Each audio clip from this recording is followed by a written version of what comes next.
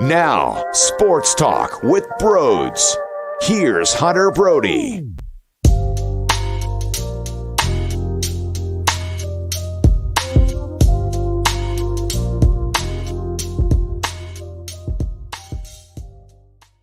Yes!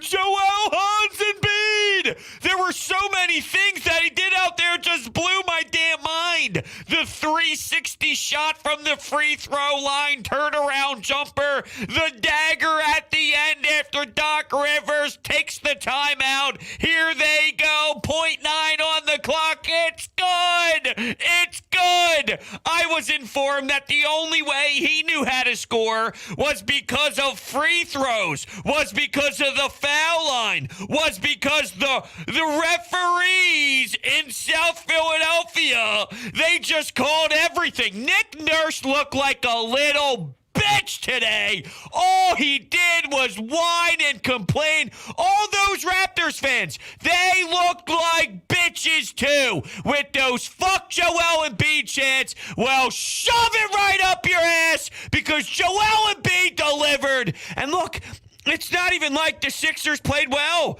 They didn't. Let's go through what happened, shall we?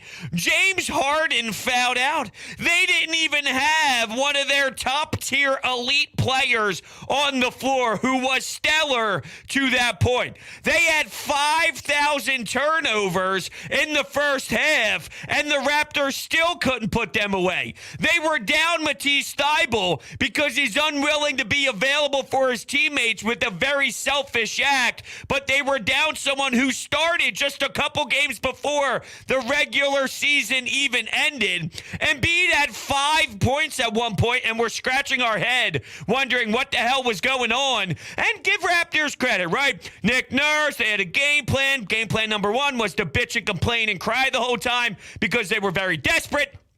And it worked. Unfortunately for the Sixers, it absolutely worked. The referees were abysmal, and that's what it was. But you figured it would be that way, considering how harsh and how brutal and how disturbingly vocal Nick Nurse was about it, because he really had no other option because his team is not good enough this season. Danny Green underneath the basket, he's missing two inchers, right? I mean, not even 2 footers. He's missing 2 inchers. He did deliver a big three, but you had that issue. He got that technical foul due to frustration. You got a bunch of teammates smacking him and kind of pushing him like, yo, dude, what are you doing? Look at the time. Look at where we are in the game right now. We're trying to make a surge here. And you get to half, and you're about down 10 points or so, and you think, wow, hold on. We played that horrible. We played that bad, and we still are in this. So I was smelling blood the entire time. Nothing the Raptors were doing really scared me because it's like the Sixers look bad, man. The Sixers look so out of whack, so out of sync. They're not running their offense at all. And they're still only down by what? All right, let this play out. Let these 48 minutes play out. And before you know it, Joel blocks the shit out of them. Somehow they call it a foul. They go to the line. They miss both. Like, this is even battling the situation where at the end of regulation, Embiid takes that step back three and Tobias Harris misses the bunny. And I saw so much reaction towards Tobias Harris in that moment, claiming that, oh my God, Tobias, we can never count on you. Shut up. Tobias Harris was fucking awesome. Tobias Harris has been balling. Tobias Harris deserves a ton of respect. He had that awesome baseline move earlier in the game when they were shooting on the right side of the court, and his defense, the way that he's been battling on the defensive side of the floor has been mesmerized, like very, very important to the success of this team. So he grabbed a big-time offensive rebound. He battled on the floor with it, not literally on the floor. I'm saying like both guys were planted on the ground there, battling for about 5-6 seconds. No whistle was being blown, and then he went up, and it was probably one of the best looks you could possibly grab off of an O board, and he just came up a little shy. But, you know, I'm not going to rip Tobias in that moment. I'm proud of the work ethic. I said, all right, let's go. We'll be all right. Let's go. Keep your head up. Maxey had a burst of speed. Niang had a couple big threes in there. All around, you look at this team and you go through. Harden had his phase before he fouled out. Tobias was great. Maxey showed his burst. He did take that 1-3 in overtime. That was nothing but the back of the backboard. You go, all right, you'll learn from that, kid. All right, but don't worry about it here. Like, Maxey's a star in the making, but those are those possessions that you look back at and go, all right, we'll note that in our brain of something that needs to change in future playoff games for sure. I thought Doc kind of said it best during the post-game press conference, and that was, it was good to win this game, but you don't win a lot of games this way. And you're not wrong. The reason why you won is because you're a better team than the Raptors, and that's what we were saying after the first two games. Were we saying that before the series? No, we were not saying that before the series. Were we saying that after we recognized that the Raptors don't have enough? Yes. Yes, you were. So if you look at all the flaws, looking at the Sixers and how they were kind of just out of their touch and out of their rhythm, and they still were able to do it. I mean, it really is a defining situation of what we said as the Sixers were going into Toronto. What a classless group of people. For all the trash that we hear about Philadelphia sports fans, I mean, seriously, Toronto's garbage. Hot garbage all the way around. But I love the fact that Embiid, you go to the situation that occurred a couple years ago, and it was a devastating time for us emotionally. And I talked about how you have Joel Embiid learning from that moment. You have someone that's wired differently, where playoff losses can mean so much. Everyone's so quick to call you a loser when you are an individual player that's regarded as one of the best in the league that have sometimes failing in the postseason. I don't understand that narrative, because there's a growing process and there's a situation that occurs where you need to go through experiences. And Embiid with the quadruple doink from that picture that's being thrown around Twitter right now of him, Danny Green, Tobias Harris, George Niang celebrating, jumping up and down as he made that three-pointer and going bonkers, to when he was crying off of the court. And that's what it is in life. That's not just a sport thing. That's not just an athlete thing. That's life. That is a perfect collage of what it's like to just take issues, take problems, put your best foot forward, learn from those mistakes, learn from those issues, and then bada bing, bada boom, the full player of Embiid a couple years later blossoms in front of our eyes, where he drills a big-time three on the road in overtime in the same exact spot. Is it the same as Game 7 and then going on to win a championship if you're Kawhi Leonard? No, I'm not going to say that that is the case, but it still shows such a sign of unbelievableness out of an MVP caliber guy, while Jokic is completely falling apart and looking gassed as hell and looking out of shape. We got Embiid logging in how many minutes? We got this team playing how deep into overtime and shining and battling adversity and winning a game that they shouldn't. They stole one where their first half, I mean, turnovers galore. I couldn't believe they were shooting as well as they were shooting in that first half, but you look at the sloppiness and you just, give the Raptors credit. They made them uncomfortable, but you were just all out of sorts and you just couldn't get it. You figured first 10 minutes, 8 minutes or so, you got to weather the storm. The crowd's going to be jumping out of their seats. They're going to give you that momentum push and that energizer bunny that you're looking for. That's what the fans would do. But at some point, everything would settle down and things would kind of get back into what it should be, and it would go back to the mean after that big-time boost. And that's kind of what happened there as you saw the second half and Joel get rolling. I mean, he's dunking on Pascal Siakam. You could see his skill set shining in so many different ways. And it wasn't just the free throw line. For all the idiots and the morons that say he could only score because of the way that the game is called based off of him flopping. Okay, all right. How about you go through all the foul calls so far in this series and you just look like an idiot, an absolute moron, if you still feel that that's the case. So all around, I'm just super excited. You know, like, that was crazy. The the excitement I had, and it's the playoffs, right? So you're always on the edge of your seat. But it's been a while since I've been that vocal towards my television. My fiance's been sleeping, and I'll use the air quotes on sleeping here because I'm sure she has woken up a bunch of times. But I was mother effing the TV. I was clapping to the full speed that I can, giving full time 3,000% into my claps to the point where my palms are starting to hurt. I screamed a big fuck yes! Fuck yes! When Embiid hit the shot, jumping up and down, hoping I wasn't going to hit my head on the top of the ceiling. So I gave it my all. It's been a long time. And look, when you win games 1 and 2 the way that you do, and you just win by 20 plus, you annihilate them with a breeze, it's not even a competition, well then of course you're not going to have the same reaction, right? Instead, I was yawning. Let's check in on the Phils. What are the Phils doing? That's what game 1 and game 2 was like. That wasn't the case here. The goal when you head into Toronto was to split 1-1, go back home for game 5, 3-1.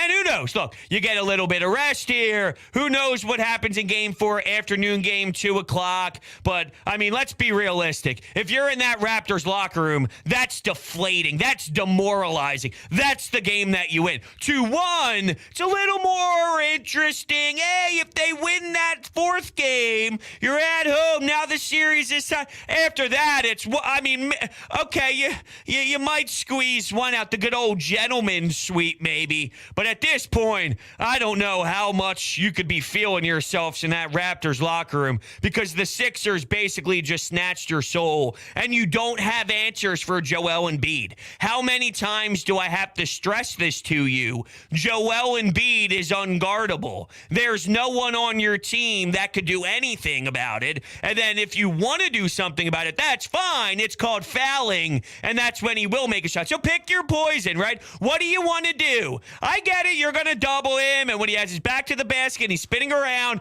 there's going to be a help defender over there to try and make him turn the ball over, and he can get out into transition. That's fine. It may work once in a little bit here, and it worked in the first half, and it worked throughout at times, and all that. Sure, turnovers happen from the whole entire Sixer squad in that first half, but okay, say what you will about it. When you wake up the beast, this is what you get. Superstars win in the NBA.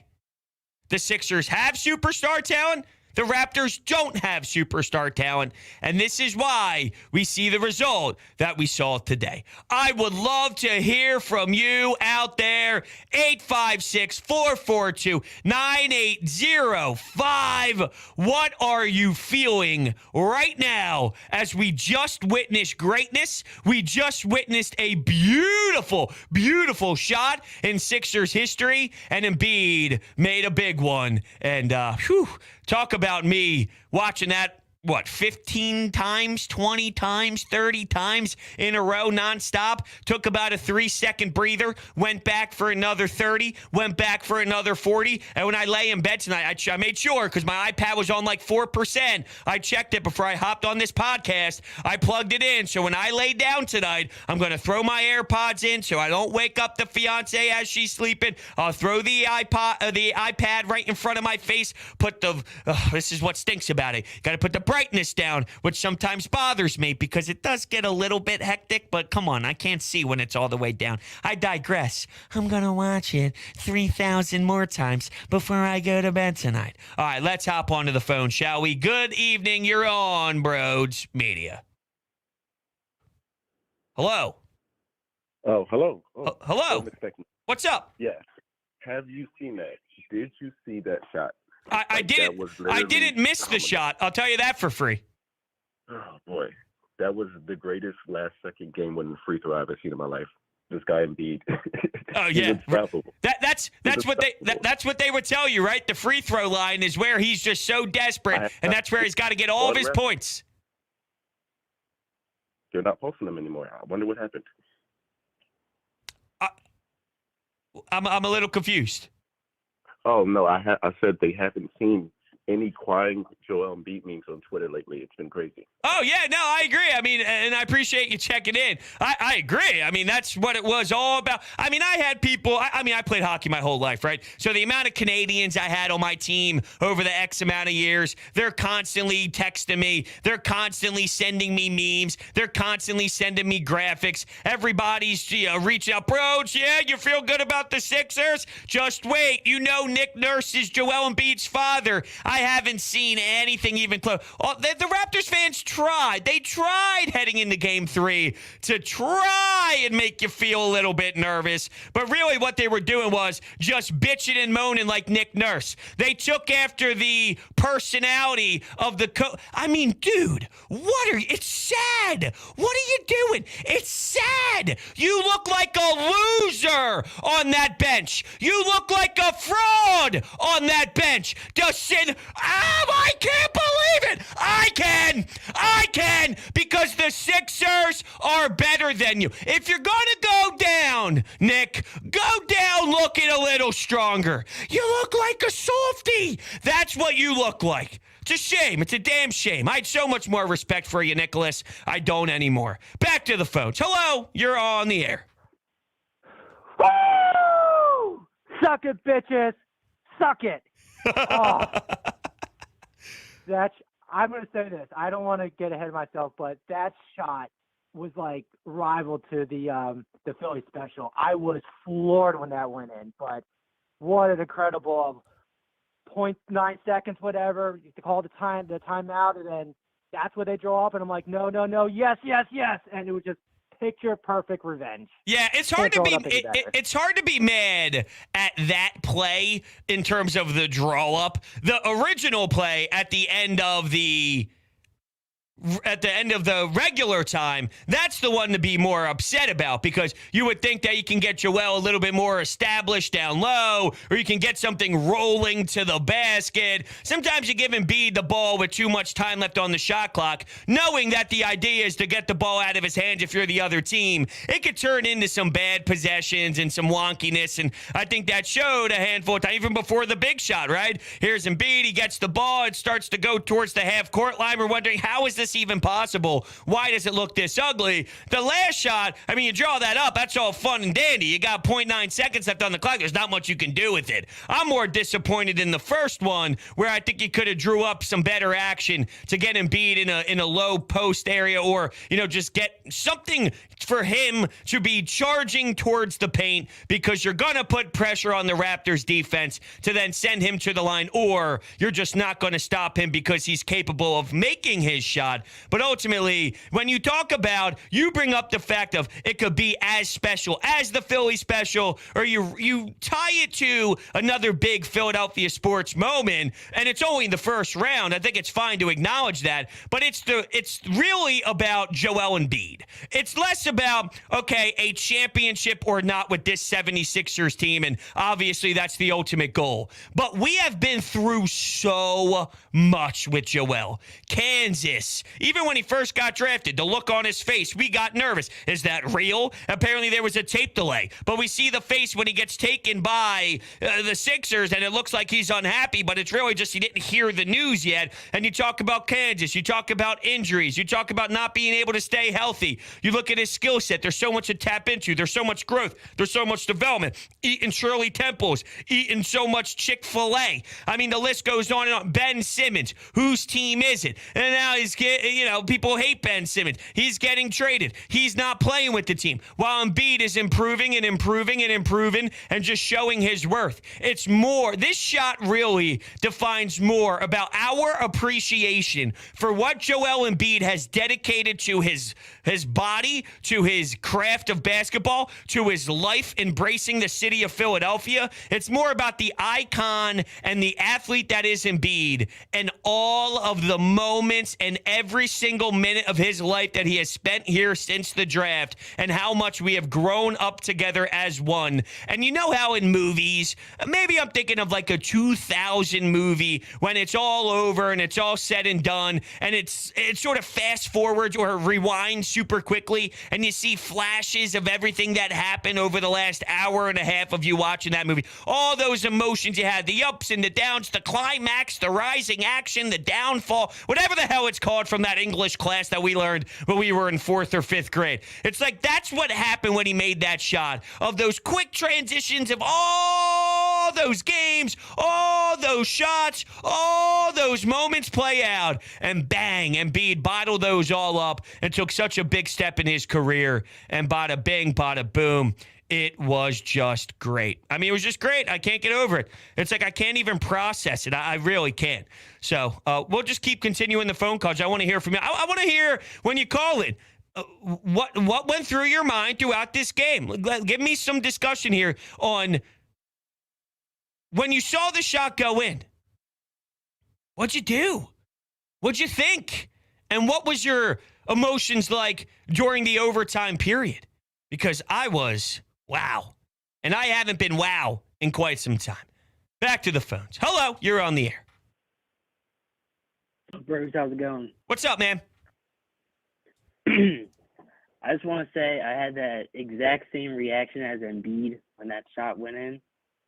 I was jumping up and down, got up from my couch, and the whole house was rocking. My mom was sleeping. She woke up, got yelled at, but it was worth it. I love that. See, I know I'm probably going to get yelled at tomorrow morning, too. Or when I go back and sneak up into bed in about, I don't know, an hour or so, I'll get the, what the hell was that? What the fuck was going on down there? I'll get one of those, and I know I'm in trouble tomorrow, but guess what? It's all worth it. You see a game like that, and you see Embiid make that shot, I don't mind getting yelled at tomorrow. I'll take that any day. Exactly.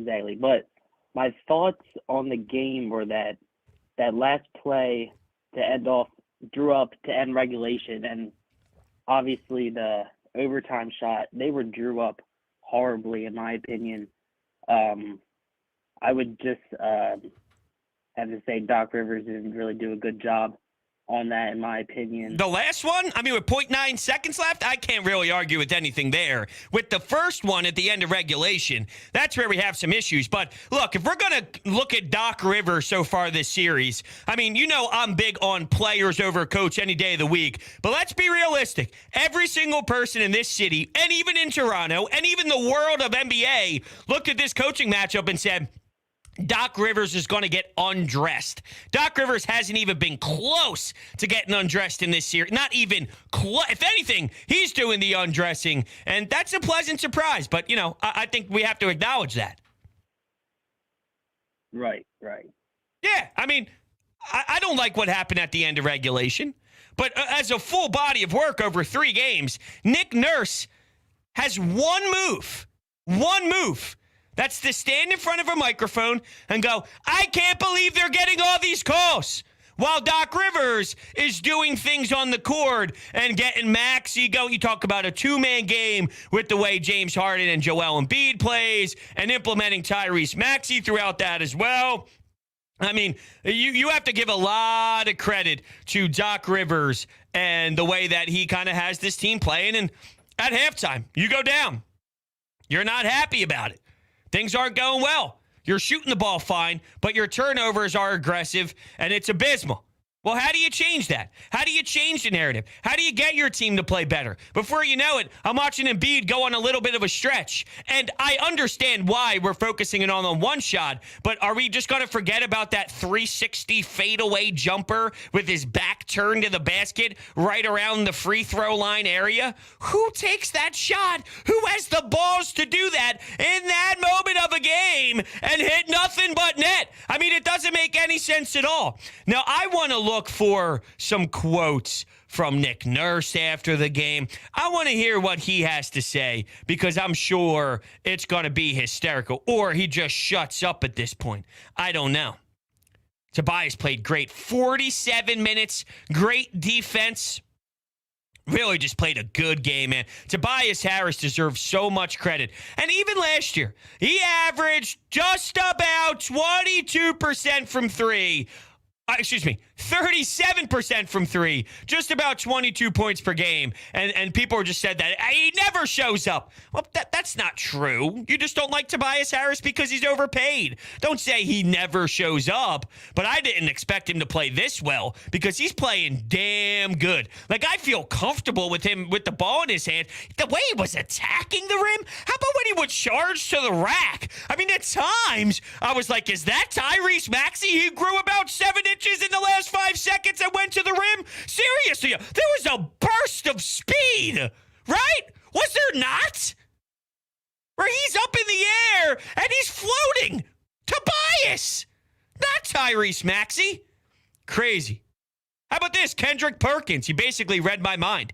People said that Nick Nurse was going to coach circles around Doc Rivers. I believe it's been the other way around. That ATO Doc set up for his MVP to hit the game winner was a beautiful thing to watch. By the way, the Sixers are up 3-0. Don't mind me, though, and carry the hell on. Who would have thought that Kendrick Perkins and the Philadelphia Sixers fans would be right on the money together? Would be bread and butter, peanut butter and jelly all throughout this playoff series. But here we have it. That's crazy. Seriously, though, I need to see some Nick Nurse stuff because I'm sure that he was a riot. Oh, man, oh, man. How about it? All right, let's go to Jimmy, who's been waiting patiently. What's up, Jimmy? What's up, bros? Woo! I feel you, dude. Demons exercise. I mean, Embiid hit one of the greatest shots, probably the defining moment of his career so far, and a symbol of how far he's come as a player. And not only that, but Doc Rivers, great play call actually, and to get to the man in 0.8 seconds. I mean, I don't think that should go unnoticed. But Embiid, he's going to take all the headlines tonight, and for damn good reason. He went into that building as public enemy number one, had all those Raptors fans saying, "Fuck Embiid, fuck Embiid." And he sent all of their sorry asses home with their tails between their legs.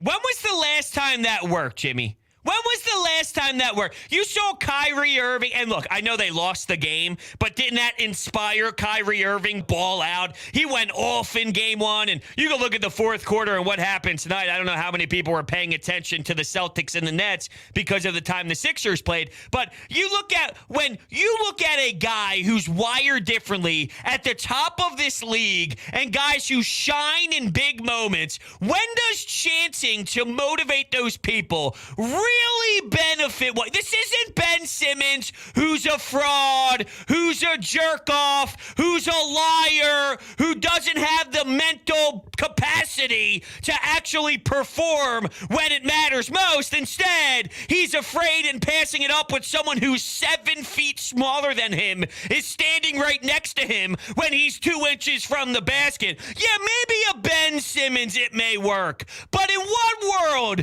would you ever want to throw that extra flair, that extra flame, that extra baggage towards guys that take that in, bottle it up, and then normally explode and spit in your damn face with electricity and drilling big shots? That's what big balls players do. They take it and they run with it and they add it to what is already motivating, which is NBA playoff basketball. But it's silly and it's dumb. And once I heard that going, I'm like, you guys are fools. Sure, Embiid did not look sharp early. And you talk about 5 points. Well, what are we talking about now? It was his biggest shot of his career. And it's a damn big one. And if anyone wants to downplay it on the other side because it's just game 3 and it's only the first round, well, I mean, you got to take steps here. You don't just wake up one day and you're in the second round. Would you prefer your best players to not have good first rounds? Kawhi Leonard, awesome playoff run and won a championship. He had big moments in early rounds too. That's how this thing works. So please spare me with the you're overreacting in a round 1 game. Because I've been hearing that tone. You know what that means? That means you got nothing left in the tank. If that's your outburst and that's your tone after the game, and I'm specifically mentioning Raptors fans that, see what we're saying on social media, react in the comments section of our shows. It's hysterical to me. That's what it is. We'll continue the phone calls rocking. Hello, you're on the air. Yo, bros. Yo, first off, I just would like to personally thank Sam Hinkie for allowing us to witness this greatness in Joel Embiid. For the amount of times that the sports gods have fucked us over, as Philadelphia fans, we deserve this. Just to witness pure beauty of Joel Embiid. Yeah, I agree, and I don't want to do this, but every time it's mentioned, Sam Hinkie, it's, the process never worked. No. Look what you have, damn it. You don't have Joel Embiid without it. You got a superstar. The damn thing worked, and we are now in a position to do some real damage, and the fact that that's the case right now, it makes me happy as hell. Absolutely, and in the beginning of the game, I was super nervous, thinking that it was just going to be one of those clunker games, as the Sixers have had before in Toronto, where they were stagnant, can't get anything going, and it was just going to fall away real quick. But they finally woke up and realized they were the better team, and put the pedal to the metal and got back in it.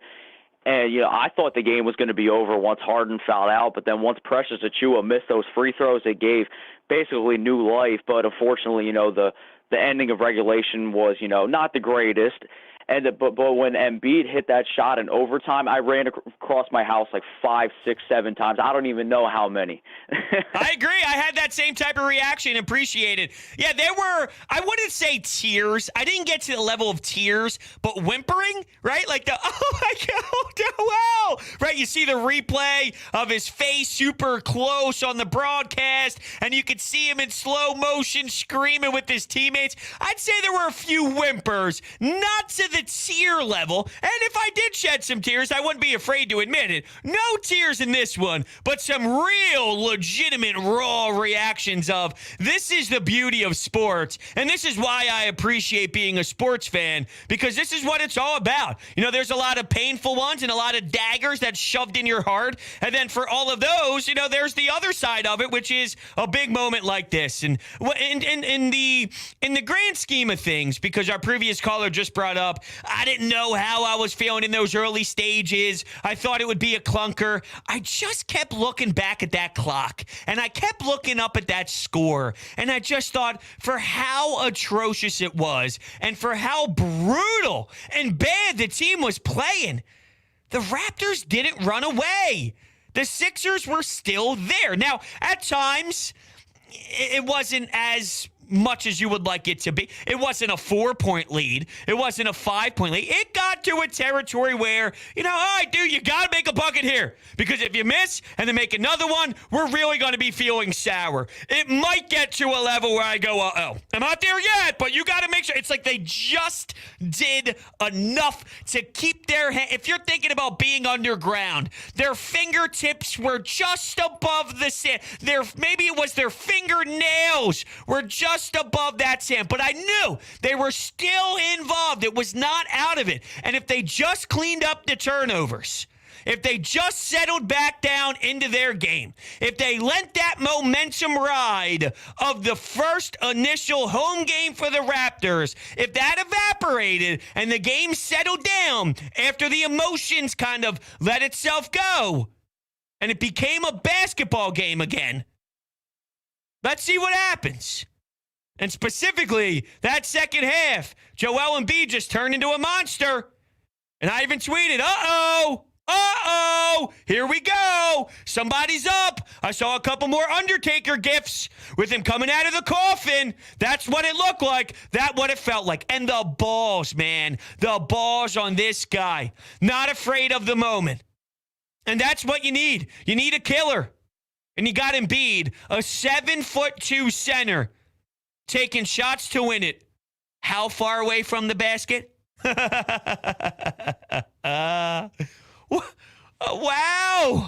Right? It's almost like I'm in disbelief from it, really. Now, I need to look for Nick, who's Bick Burse. Nope, not what I wanted to type in. Let's go to Nick Nurse here. Let's hear some quotes. We got to, right? We have to. Although, of course, it's really just social media ripping him apart more than anything else.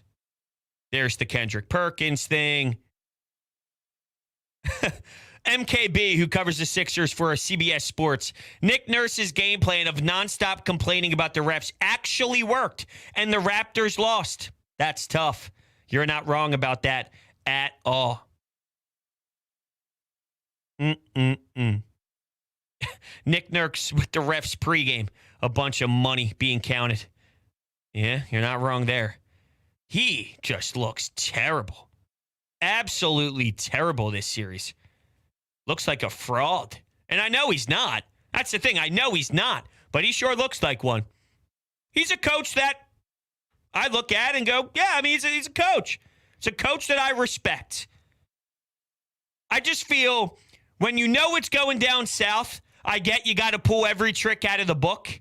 But at some point, isn't there something about your character that you actually feel, I don't know, you want to protect? Just spitballing here. Let's go to Amadeo. What's up, Amadeo? I already got that talk with my sister. The talk you're going to get with your fiance later. What the hell went on up there? Yeah. Oh, yeah. I already got that talk. Yeah. Hey, was she sleeping, though, or was she up? No, they were both down in the living room. My sister and my mom were down in the living room. I guess they heard me jumping up, going crazy, watching this game when Joel Embiid hit that shot. Like, I'm just going crazy. And then 2 minutes later, I see out of the corner of my eye my sister peek into my area and just like, what the hell is going on? Well, I'm like, I mean, look. Joel Embiid hit a game-winning shot. Like, come on. At least like, she was up. Okay. If she was sleeping and, you know, that they had some things to do in the morning, I think it's a different type of conversation you're having. But if they're up and they just say, yo, what the hell's going on down there, I think you're all right. You can live with that. But, Amadeo, I need to know, when you watched the second half, right? So let's go back to the first half. Brutal, all right? What were you thinking once you hit halftime and you realized it feels like they should be down 30? They're not. What does that tell you? Oh, yeah, the way they were playing in that first half, turnovers galore, just everything going on, but it still felt like they were just doing just enough to creep back into it. They were only down by so little going into the half, and they're just like, how are they doing this? And then you get to halftime, you're only down by so little, and I'm saying to myself, okay, Joel Embiid's not going to have that bad of a second half. He's going to wake up, and when he does, the Sixers are going to win this game because they just did enough to get it close to by halftime. And since you're that close, get to your game and do your thing. And that's exactly what happened. They won the game, and that's exactly what I thought to myself. Good. You got a great head on your shoulders, Amadeo, and I love it. See, that's a big part of the growth of Joel Embiid. He handled a lot of adversity. There's been trauma in that building. There's been not just a quadruple doink, but you go back to Joel Embiid specifically as a player, and you got Marcus Gasol, and you got the turnover numbers. I mean, the list goes on how many times that there were moments where he walked out of that arena shaking his head in disgust because he didn't like the way that he handled certain spots on the floor, and he didn't like his overall game. And to start out the way that the team played today, you know, it's kind of easy to shrug your shoulders and think, I don't know. I don't know what to do here. But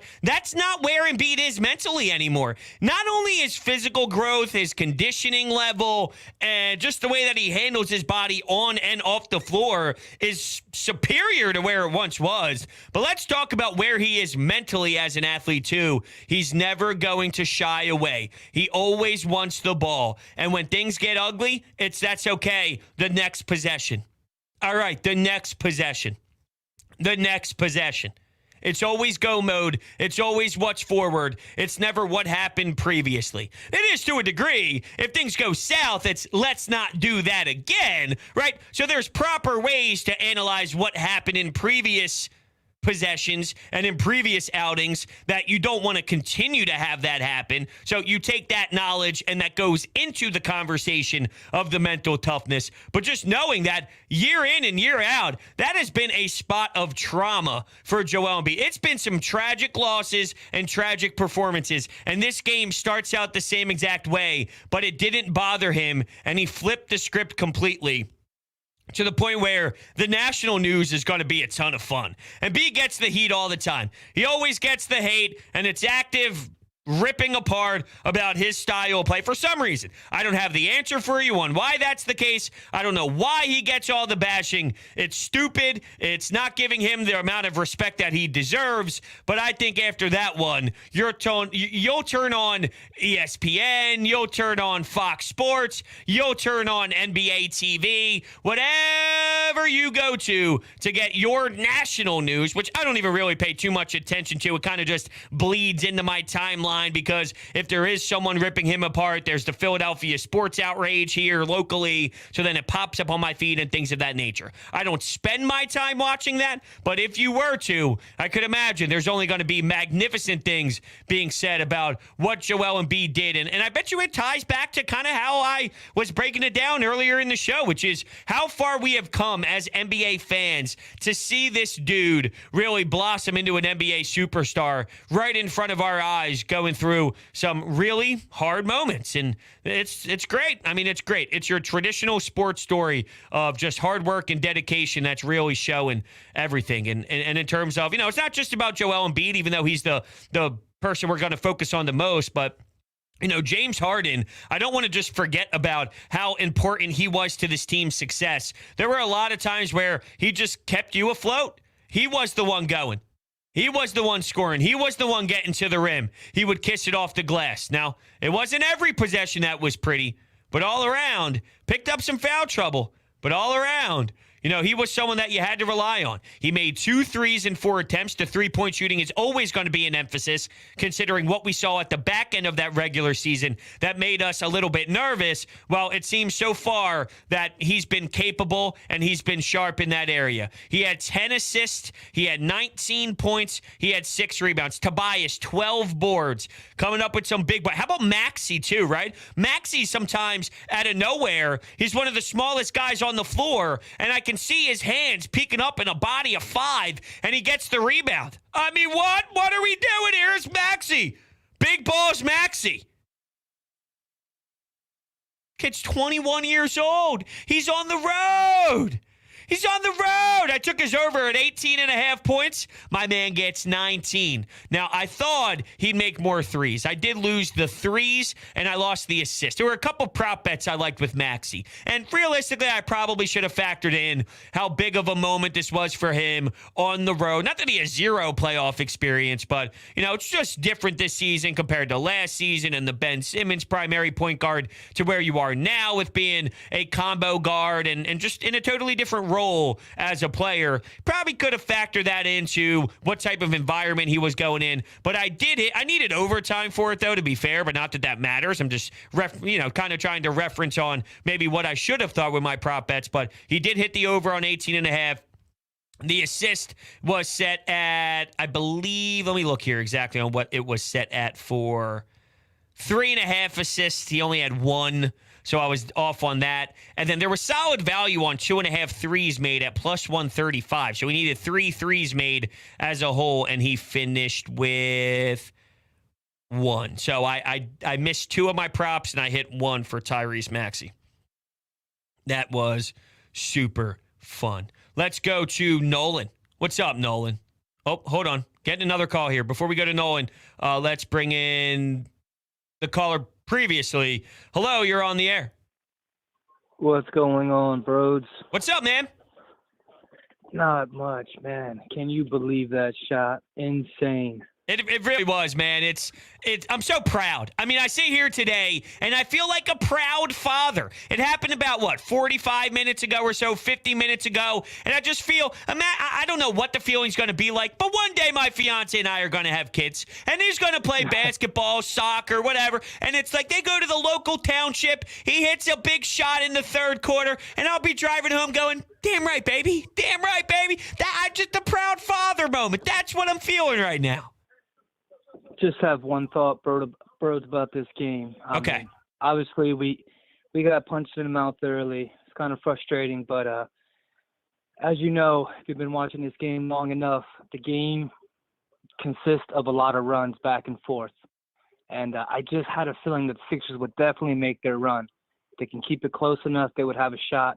I think this game was kind of, it wasn't dominating, but it's something that we definitely needed. I think their confidence and they showed they can execute under that pressure being down. I think this is crucial for how far we can possibly go in this playoff run.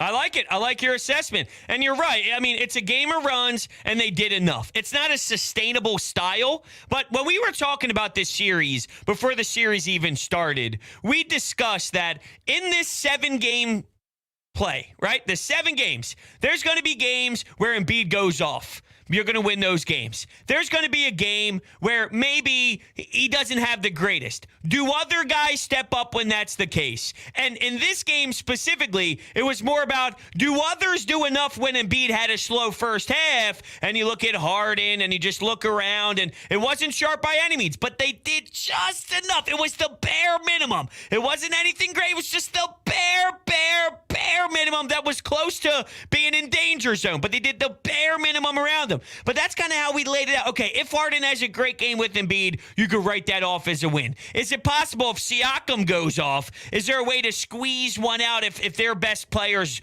go off, but that also goes up against one of the big nights that Embiid had? We had all these different scenarios kind of laid out. What happens if Tobias has one of his clunkers and so does Danny Green, but at the same time, Embiid carries you? Is that going to be, or do you need one guy, just one guy? Is it Niang? Is it Maxey? Well, we literally, every possible direction of a game layout, we had it written down on, okay, is it possible to somehow squeak it out? And that's the difference in, teams that are going to advance or not. When you hit those tough spots, because it's easy to win when your guys are clicking for 42 of the 48 minutes. Those aren't the games you have to worry about. You have superstar talent. If Embiid shines for 42 minutes, if Harden shines for 40 minutes, those aren't the games where you go, all right, I hope they win that one, right?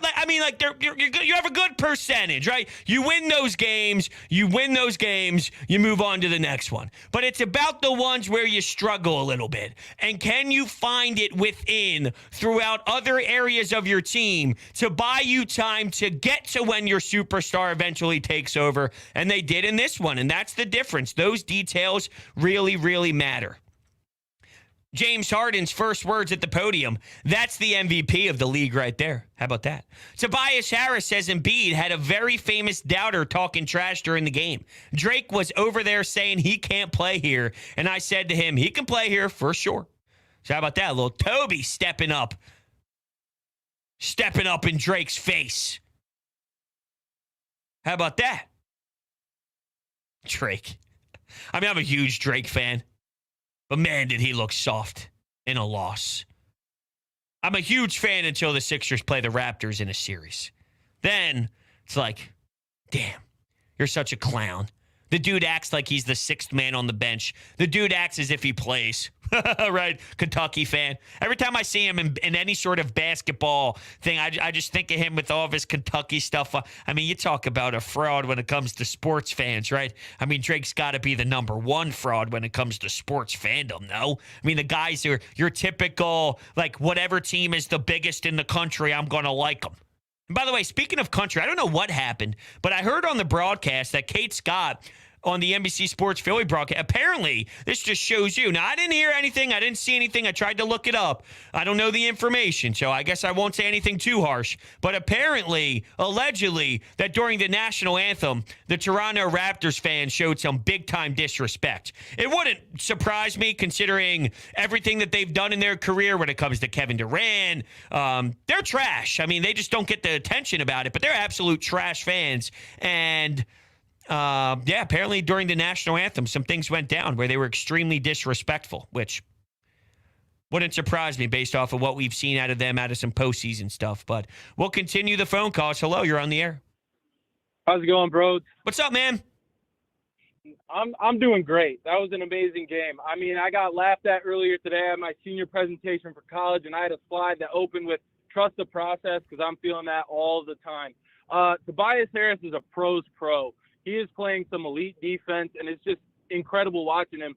But I also saw a team moment today that I don't know I've seen in a while when Danny Green got that technical, and the whole team is focusing on you're important to this game and they're keeping him accountable. That was a moment to me that gave me chills. I know what it means to be on a team, and that was something that really stood out to me, and I thought was great. That's an excellent point that you brought up is, and you know what? I looked at one of the beat reporters who's been covering the Raptors for a long time, even brought this up on social media that, obviously Danny Green spent a lot of time in Toronto, and as much as they've been around Danny, they've never, ever, ever seen him with that type of hatred and disgust in his face and that type of outrage and outburst. And as a pro, you got to control your emotion. It was a miserable, horrible, pathetic, disturbing call at the time, but it just shows you how frustrated he was. But you're absolutely right to bring up the team aspect here on how, as a squad, they had his back. And, they were upset with him when they let him know, but they also let him know that we need you, and it was a good response.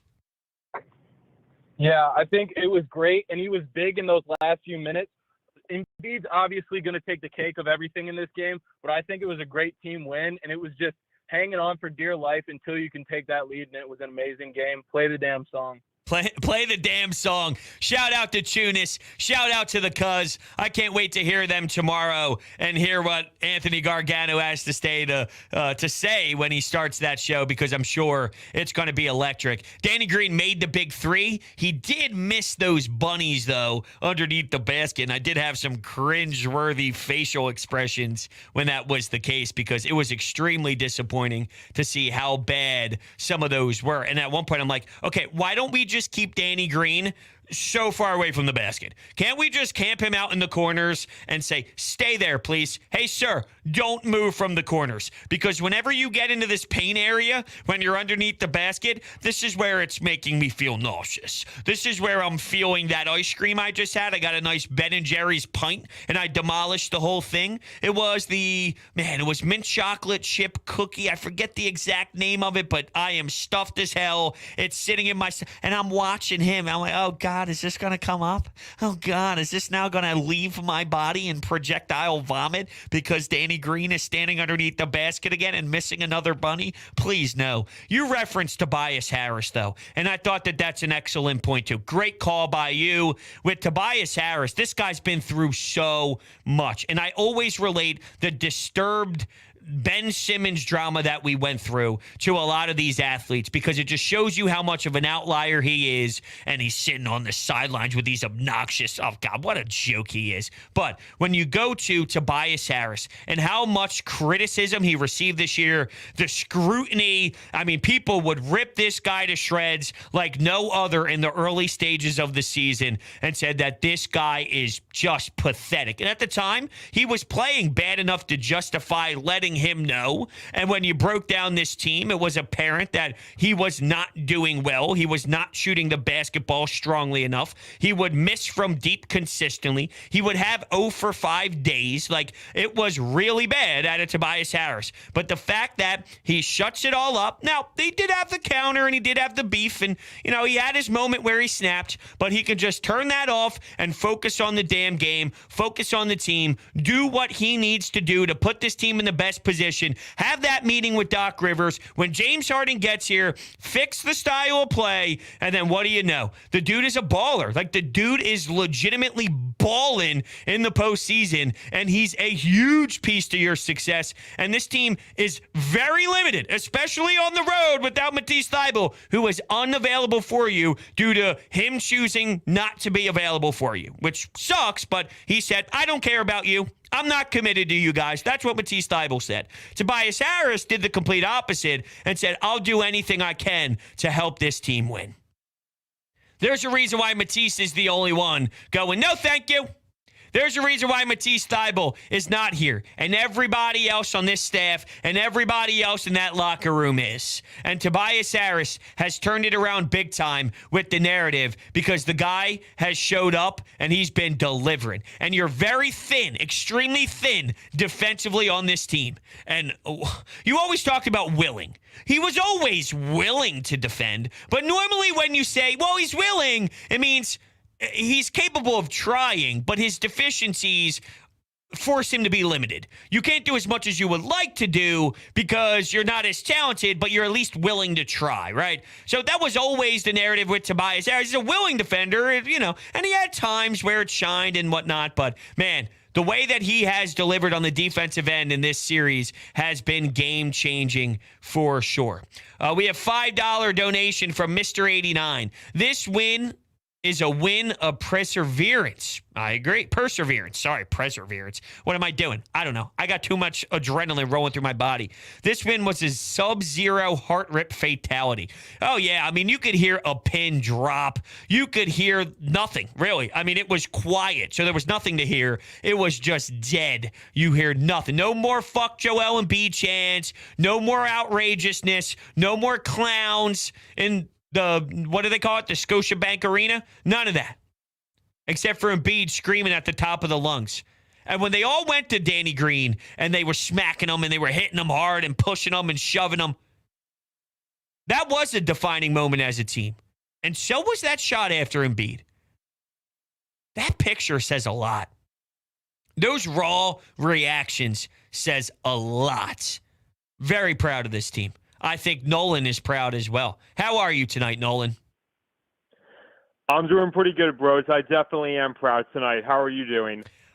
I'm just excited. I'm sort of in disbelief, a little bit of shock. I'm not shocked that they won, but it's a big shot. It's a big moment, and it's really cool. And it's almost like, wow, that really happened kind of thing.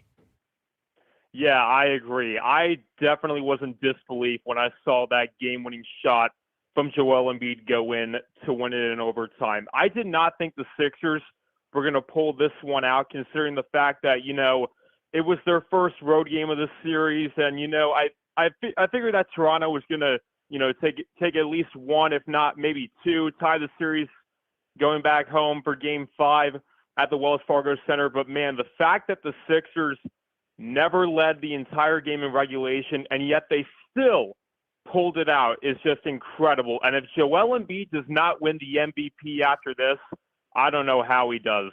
Yeah, I mean, I still don't think the MVP is going to be in the cards for him. We know that there's a difference between some regular season stuff and some postseason stuff and all that. But, yeah, I mean, Joel Embiid deserves to win it, and he's going to get absolutely robbed by someone who has a good Raptor, while Joel Embiid is hitting game-winning shots and producing for you and helping you move along in a playoff series for sure.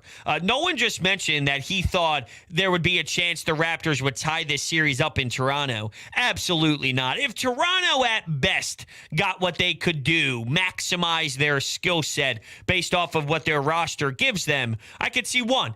And if they go back 3-1 in South Philadelphia with a chance in 5 to do it, that would be it. Once I realized what the first two games were like, they just don't have enough. They don't have enough to match up against this team over the long haul, and that showed. And there's a big difference on getting that one if it's Game 4 compared to Game 3. Game 3 sets a different tone. If you're up 3-0 and then you win Game 4, congratulations, you show a little bit of heart, if you will. Or it's more about the Sixers just not doing their thing. See, that was one of the talking points for going to Toronto.